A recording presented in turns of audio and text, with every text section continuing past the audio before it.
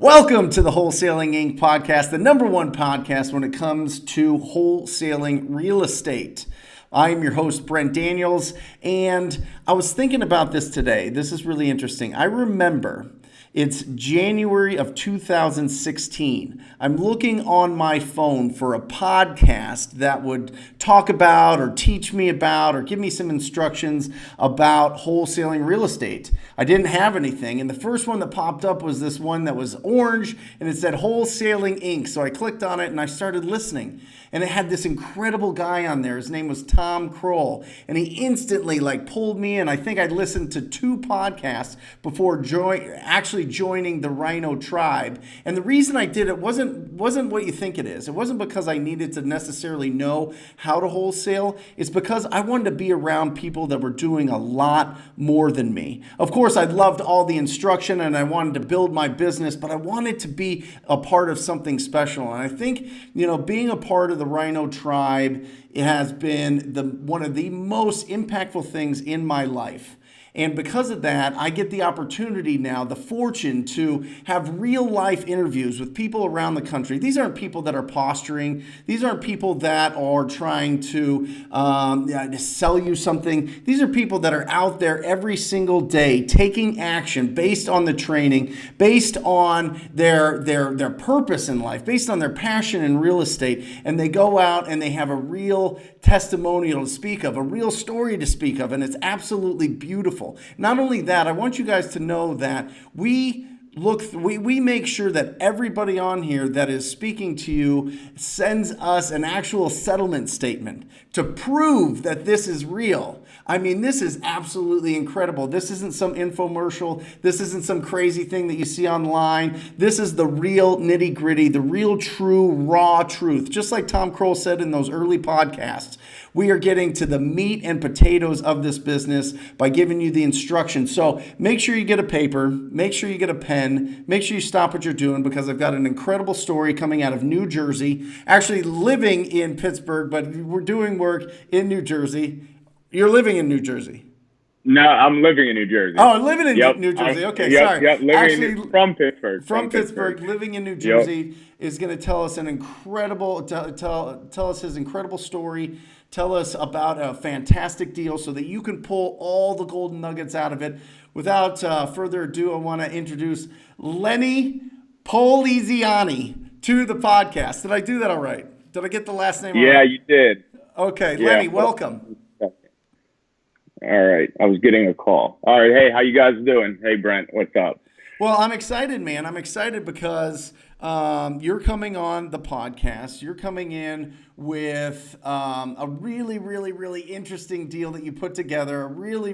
There's a lot to learn from this. Before we get into that, why don't you tell us about yourself, give us your background and how you got into wholesaling real estate. Yeah, for sure. So I'm originally from Pittsburgh, Pennsylvania. I went to college at West Virginia University, had no idea what I wanted to do after college, ended up getting into medical device sales, spent a little bit of time in Southern California, did some training out there for my company. They said, you look for me like you do well on the East Coast. They put me in New Jersey, bounced around a little bit from there and ended up landing for the last 2 years a territory manager position in Manhattan in the Bronx. So that's what I currently do. But I've always been a type to, I started my own landscaping business in high school. But I always was looking for something else, the entrepreneur route, to be my own boss. I'm always the type looking. So real estate, we have no background. Nobody in my family's in real estate. Heard some things here and there and decided to jump in. And that's kind of where we are right now. So I do wholesaling currently in North Jersey. Got it. And this is part-time. This is part-time. Yep. Wholesaling is part-time. So what does your full-time schedule look like? Because a lot of people listening, a lot of people watching this have full-time jobs. They have this passion for real estate, but they're not exactly sure how to balance it. So how do you balance it? Tell us your schedule. Yeah, it's kind of, especially with my job, it's kind of all over the place. It's with medical device sales. You're in the operating room. So the schedule is not a 9 to 5, 8 to 4 kind of job. You're cold calling on offices. You get to create your own schedule in a way. But sometimes that's tough, especially with trying to get a nice schedule down with doing real estate or wholesaling. So what I try to do, the good thing is surgery usually starts at like 7:30 in the morning. So I start early. So I finish my day if I can at an earlier hour, unless I'm stuck in a procedure. But if I can get out at a decent hour, then I'll try to put in about 2 hours of cold calling after work. On the way home, though, I drive for dollars. Ever since joining your program, and this is exactly why I got into it, I realized with my type of schedule, being proactive was the only way it was going to work. And we'll get into, how I started with, wholesaling and different routes I went. But yeah, so I'll drive for dollars if I can. On my way home, write a couple of addresses down, get home, get on the Mojo dialer. And then from after that, depending on what time it is, I'll try to call real estate agents, go section8.com to find landlords, LinkedIn, you name it, and try to get, a couple names here and there. Another thing I try to do, which is huge, and the reason why this deal happened is that I try to attend one real estate investors meeting a week. There's a ton up here in Jersey, and also attend one county sheriff's sale a week. And there's about 4 counties right now in North Jersey that I'm focusing on. So, that has been huge to try to make that a consistent action to take. So when you're talking about going on LinkedIn and these other websites, you're looking for cash buyers to add to your database. Is that right? When you're going to these meetup groups? Exactly. And since I've been doing wholesaling for less than a year. So I'm new, and you can always build your cash data buyers database. And so I try to not only call, motivated sellers, but build that at the same time. Because especially with this deal, it wouldn't have happened, obviously, without a buyer. So that is very important. I think a lot of people skip over, depending on where they are in the United States, but cash buyers are huge. Well, and I think that you're 100% right. And I think I think it's almost more intimidating to cold call up or reach out to a potential investor, potential cash buyer, than it is a distressed property owner for a lot of people. You know what I mean? Yeah. You think that they know more than you. They're going to tell you that your deals aren't deals. They're going to tell you that you're new, or they're going to be degrading to you in some way. But very often it doesn't actually turn out that way. I think if you go with a really good, confident, we talk about likability and certainty on this podcast all the time. Whether you're talking to a seller or you're talking to a buyer, if you have that certainty and likability, people will communicate with you. And you can get that certainty by listening to this podcast. You can get this certainty by seeing other people do it. You can get this certainty by trying it out over and over and over again, and just getting into a rhythm where you're always constantly communicating, always talking to people. So when you call these cash buyers up, what does that conversation look like, Lenny? I keep it very simple. And obviously, I listen to all the podcasts by you guys, and, but it's just, maybe I have an advantage because I'm in medical device sales. But at first I was, making it real complicated. But now when I call a cash buyer, I'm just like, hey, I know this is out of the blue. I kind of keep it the same as when I'm talking to a seller. Yeah. I said, my name is Lenny. I'm a local investor in the North Jersey, New Jersey area. I come across discounted properties all the time. Are you currently looking for any more properties to add to your portfolio? Or depending on what kind of cash buyer I'm talking to, most of the time they're going to say, yeah. I said, all right, great. I'll add you to my, my database. What's the best way to get in contact with you? But I keep it very simple, almost like right, to the T of the script. Because when I tried to explain myself in the past, it might have sounded sketchy, or they're like, okay, what do you really do? So I keep it real, exactly what I do. And they're like, of course, who doesn't want to be, sent a discounted property? So depending if you're talking to a landlord or a fix and flipper, you can critique it how you want, but keep it simple, keep it under a minute. And, either they're going to say yes or no. And if they say no, you can ask why. But, yeah, that's basically it. It's honestly a simple conversation. The more you have, the more smooth you are with it. Obviously, one thing I like to do is read people. So depending on how they answer the phone, you can kind of tell what type of person they are. Mm-hmm. So that kind of, customizes how I approach, my conversation with them. But yeah, it's very straightforward. I keep it short. Yeah, I love that. There's so much in there that I kind of want to pick apart real quick. The biggest question I think that people might be asking is, how do you know to determine if this is somebody that's looking for a rental or looking for a flip? So it depends on, with me, the sites I use. Like I said, gosection8.com. I mean, so you obviously know that these are landlords, and that is the easiest site. I mean, their phone number is right off to It's the right right on the site. It's right on the Yeah, site. yeah, and they answer all the time. But if you're on, and the same with Craigslist. But if you're on LinkedIn, you can usually see the title of, the person you're calling. So that's kind of how I separate it. Yeah. Love it. So So just depending on which it. sites, doing a little bit of digging, Yeah. seeing if they're, if they're on LinkedIn saying that they do fix and flip, or if they say that they're an investor, you Mm-hmm. might have to kind of play it and see which one is which. The other thing that you mentioned is, as soon as they answer the phone, you're starting to already in your brain, you're starting to dissect what kind of personality they are. Because if you look at it, and listen, guys, this, don't put anybody in a box, but you can put there's four main types, right? There's, if somebody's going to be short and quick on the phone, or they're just really quiet, it's either going to be like a driver that just wants you to get to the point, or an analytical type of engineer mind that's like, why is this person calling me? How'd they get my number? What do they want from me? That type of thing. If they're expressive like me, and they're they're like, hey, how you doing? Blah blah. You know that you're dealing with an expressive. And if they're soft and gentle, and they're, hey, how are you, sweetheart? This type of thing, then they're typically an amiable personality. Yeah. And you need to be able to be versatile with anybody. I don't care if it's a cash buyer, or this works the exact same for a seller, for a distressed property owner. But you're listening for these cues, and the more and more and more that you do it, the better that you're going to be at your radar to understand how to communicate effectively. That's what Lenny's talking about, and I love it. Exactly. No, a lot of people don't bring that up, Lenny, and I think that that's probably based on your sales background, right? Yeah, I mean, that's one thing I'll give my dad some credit on here.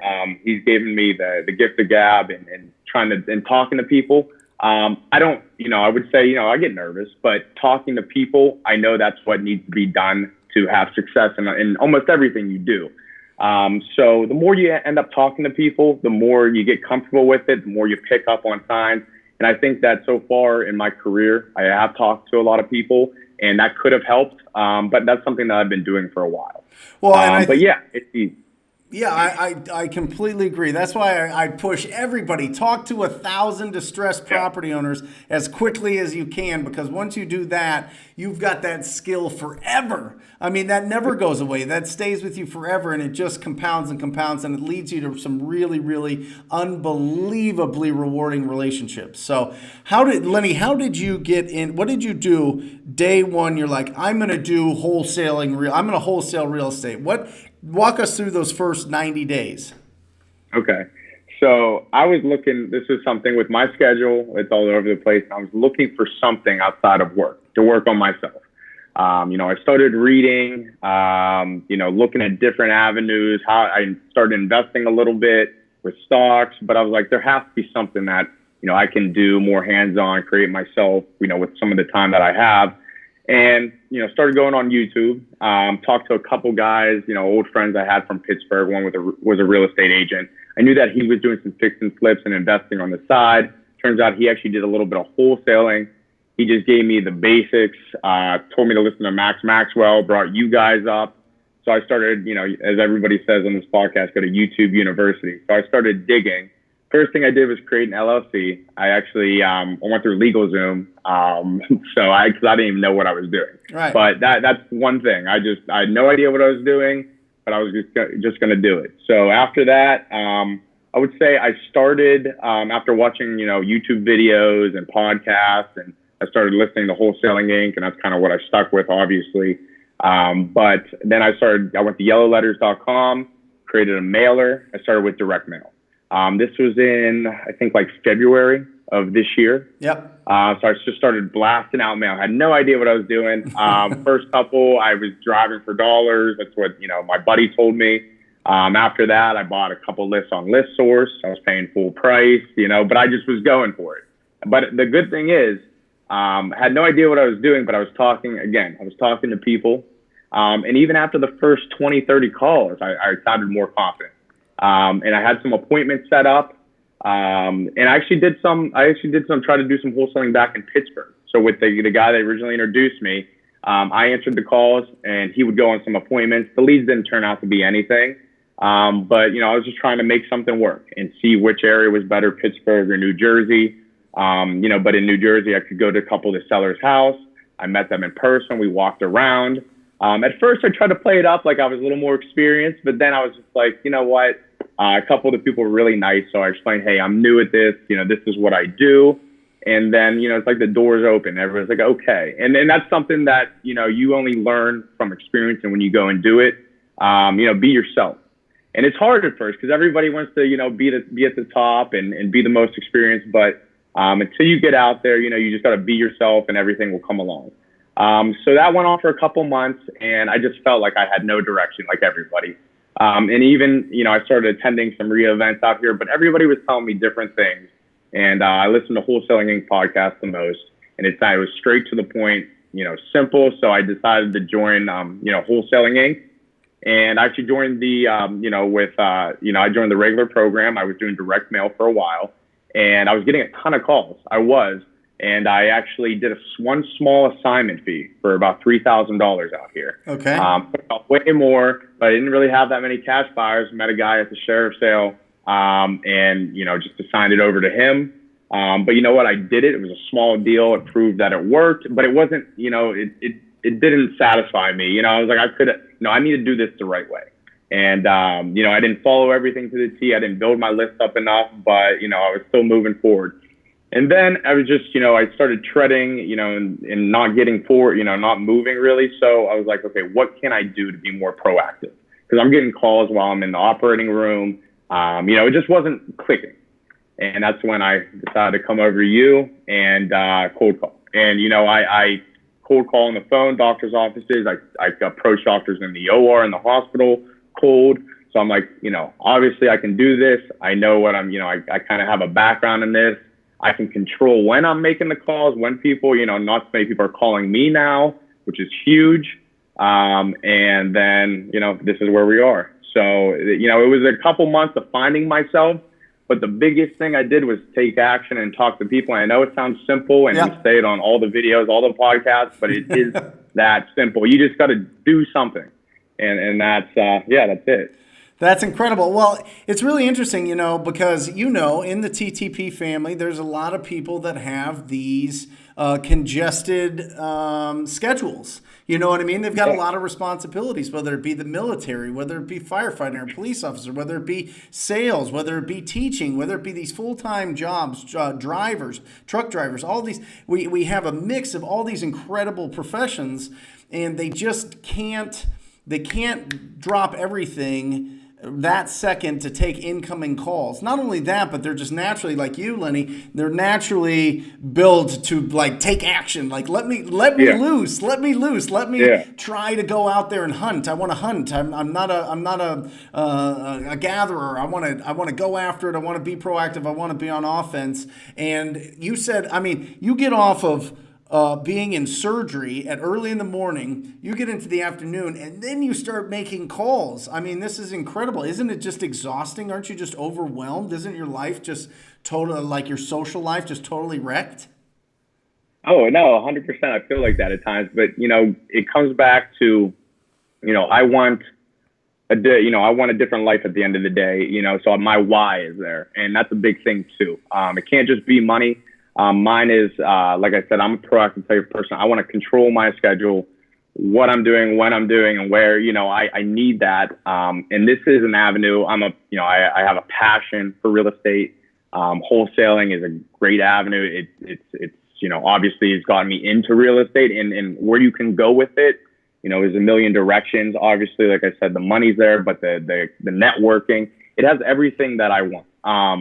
And so, if your why is like that, then at times, the days are long and you do have to sacrifice some social time, but, it's the gratification at the end. It's not instant, and you got to keep that. It's going to be long term. So once you get into that zone and you can have a little bit of success, I just listened to the audio book on the dip.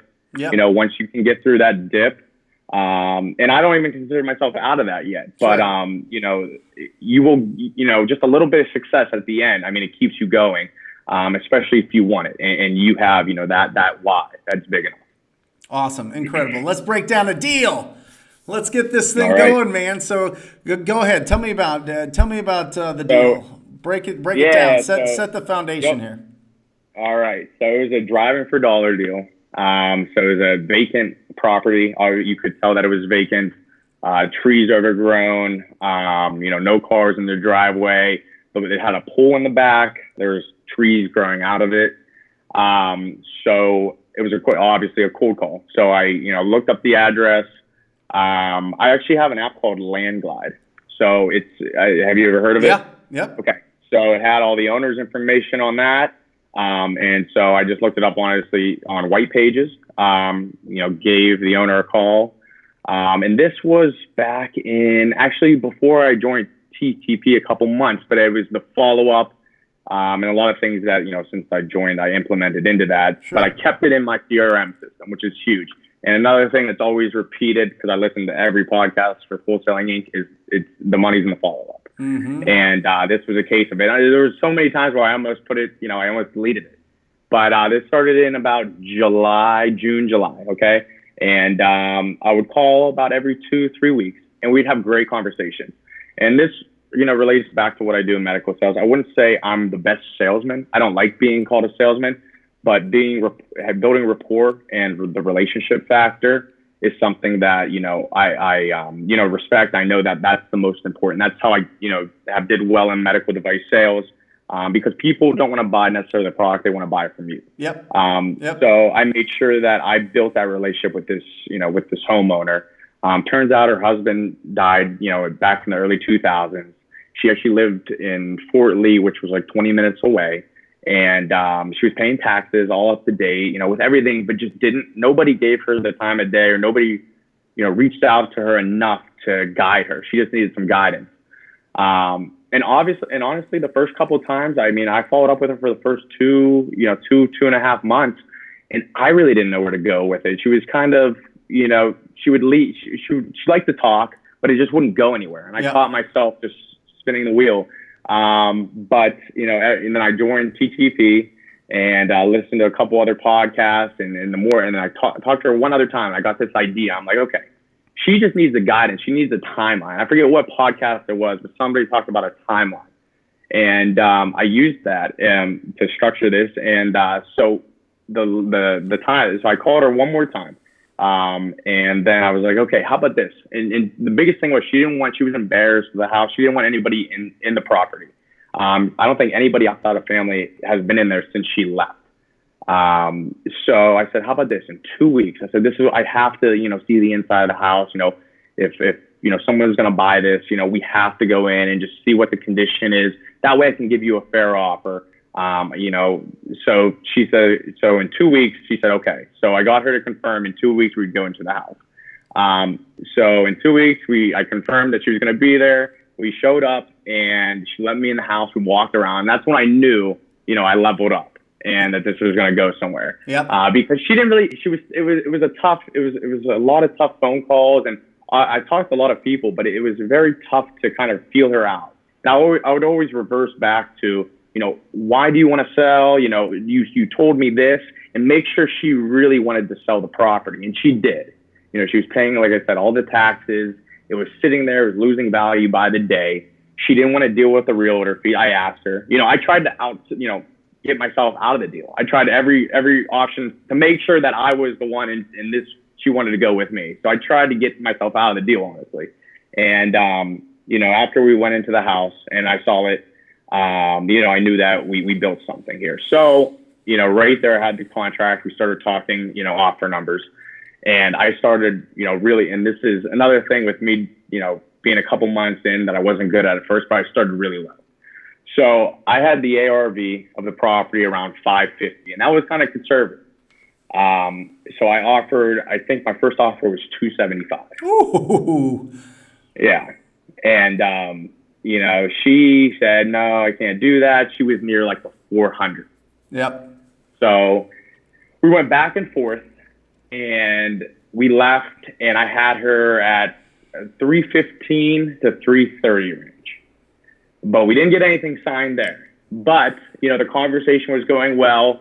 I didn't want to be pushy. I knew her well at this point. She trusted me. I got her to say, a couple of times she even told me, I only want to deal with you. I explained my background. I'm younger, ambitious. I will go above and beyond. I will help you move your stuff. And while we were there, somebody drove by in a pickup truck and said, "Hey, you still selling your house?" And threw out an offer, but then drove away. So you could tell the type of people she was dealing with. Yep. And I said, "Listen, I will do things differently, and anything that you need, I will make sure it gets done." So that's one thing that she wanted. She had that comfort. What did she say to not sign the contract?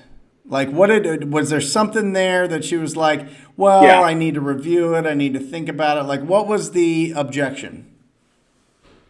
So she bought the house for $320,000, about 20 years ago. And she felt like, after all this time, she already felt like this was one of the biggest mistakes she made in her life. And, and I understood, that too, and how deep she felt about this. And she's like, I'm really, not even going to make any money on this after all these years. And it's in a nice neighborhood, nice area.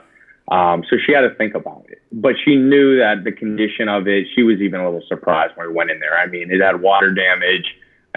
Nobody's been in there in 15 years. So you can imagine what it was like. Oh my gosh. So yeah, the price thing, but I explained everything. And I even explained, what we would do to the home, what needed to be done and kind of the price to give her. I wasn't just pulling this price out of thin air. Right. And this comes from going and going on appointments and seeing houses and knowing a little bit, I don't know in detail, but what repairs cost. So I could explain myself a little bit. I gave her, how about, 24 hours. So I called her back the next day. And we got to talking, and she wanted it at 370. I was at 330. We agreed upon 350. Okay. Meet in the middle. I knew I had to. Yeah, exactly. So we got it under contract at 350. But with the ARV being 550,000, it needed a lot of work. It was a full gut job. So I was kind of nervous from the area. I knew we had a deal here. It just had to be the right buyer. So once we got under contract, and then this were going to local RIA meetings, sheriff auction. This is where this all really came into play, because I had a couple buyers off my list interested, but they honestly thought the number was tight for just a regular rehab. So I reached out to Eddie and Kyle Lopez, the EKJ Real Estate up here in New Jersey, about my age. I'm 27 years old. And I saw Eddie speak at one of the RIA events. And afterwards, I just introduced myself. And, he did some wholesales, and he does fix and flips in the area. Him and his brother do it full time. They've been doing it for a couple of years now, but really cool kid. And so I called him because I knew that he was actually from the town. And he obviously had some connections, so he made some calls as well. And he found a buyer who would take a different approach to this. So it turns out the value of this deal was in the lot. So it was 100 by 100 corner lot, which is bigger than most in that neighborhood. Sure. So what this guy was going to do is come in and subdivide and build 2 homes on it. So I'm like, now I know I got a deal here. Yeah. So he helped, bring that relationship to the table. It turns out he had some family ties with him. So, we met, agreed upon a price. So that price was $400,000. Mm-hmm. So now I have it locked up at $350,000. We got him locked in with an earnest money deposit of $10,000 at $400,000. Because again, he's going to come in, subdivide, build 2 homes. So his back end profit is going to be way higher now, and he's got some room to work. So we got both of those locked in. Eddie also helped me out with giving me a referral to a great, real estate attorney up here. And we shopped around for a good title company, but we chose to double close this deal. And yeah, it kind of all came together. But this deal, It sounds like, it went all smooth, but it did not. It went the opposite. This deal, like I said, it should have never have happened. From every little detail with it, I felt like there was like a hiccup. But I pushed through it. We believed that, we had the right number and there was deals in the end. And when 2 or 3 of my buyers fell through, I reached out to people in the area, because I knew that there was a buyer, and there's always a buyer. Mm-hmm. As long as your price is reasonable and set low enough. But, there was a couple of times where I was like, okay, I'm getting nervous, there's nothing here. I gotta call her and cancel it. But I stuck with it. Yep. We made it through, and it was a force. So a $50,000 assignment. Double closed. We double closed it. So after closing costs, we walked away with $44,242.98. Woo! Hold on. Yeah. Been waiting for that. That is incredible. Yeah. And listen, it's because you took that extra step. You went that extra mile to actually reach out. This is one of the most powerful things about your story is once you have a deal, you need to do everything possible. Talk to as many people as possible. Get it in front of them. Pick up the phone and call these people. Go to meetups and talk to them. Like, go get this in front of everybody. Don't just assume that if one person or 5 people say that it's not a deal for them, that it's not a deal. Keep pushing, and you end up with, what was it, 44? 44, a little over $44,000. $44,000. Come on, man. That is absolutely incredible. Yeah, but it turned out being a team effort. Sure. Obviously, we made something work out for Eddie and Kyle. But yeah, man, it's you see the end result, but until you go through it, you don't know what it's like. Yep. And this isn't easy. If it was, everybody would do it. But it pays off, and it's the people that can stick it out. And I hope to do these deals every month now. But again, it took somebody for this seller that was willing to stick with her. And that's the biggest takeaway I got. And I like to say that this is the deal that should never have happened, because I followed up with her for months. It took a couple months, and there was times I called her. I'm like, why am I even calling her? Is she annoyed with me? But we'd have just a conversation. We wouldn't even talk about real estate or her house or anything. And, I found out a little about her life, her family. She would tell me what she was doing on the weekends. So we turned out to be friends.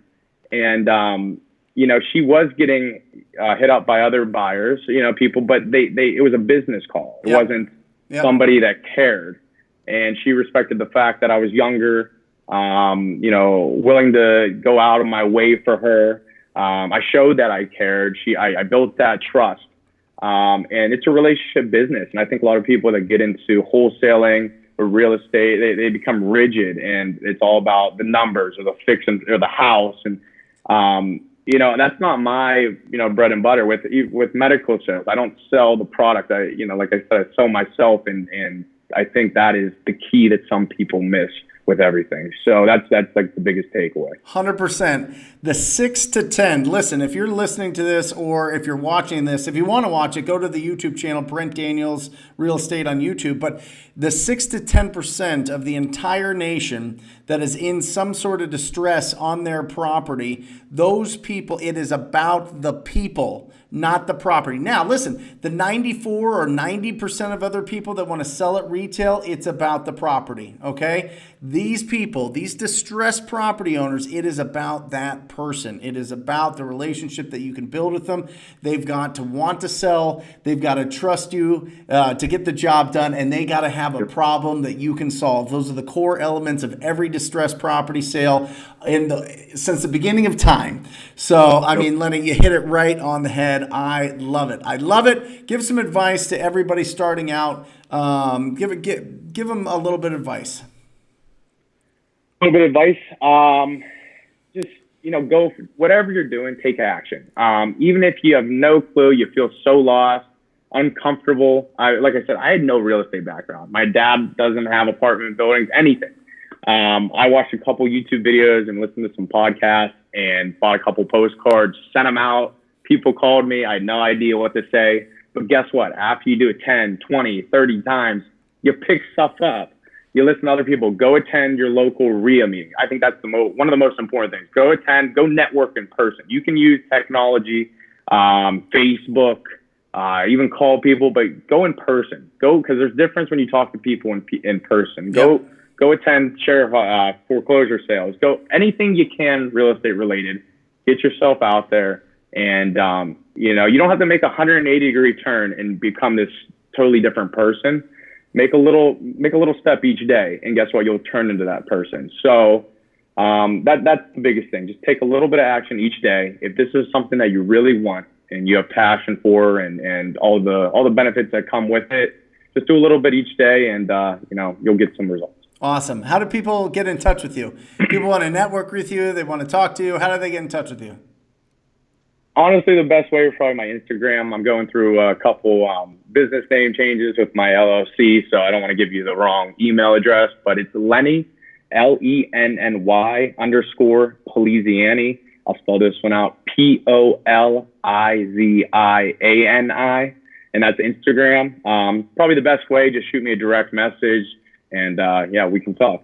Awesome. Incredible. Just a ton of hacks, a ton of different golden nuggets, a ton of just value that you provided just in that story alone. I really, Lenny, you're the man. Thank you for being on the podcast. And everybody out there listening, if you are interested in joining the TTP family, the most proactive group in real estate investing, go to wholesalinginc.com/TTP. That's wholesalinginc.com/TTP. Scroll down, check it out, and keep scrolling. All the testimonials. Nobody has more. I'd love for you to join the TTP family, and I'd work with you personally. And as always, guys, I encourage you guys all to go out there today and talk to people. Love you. See ya.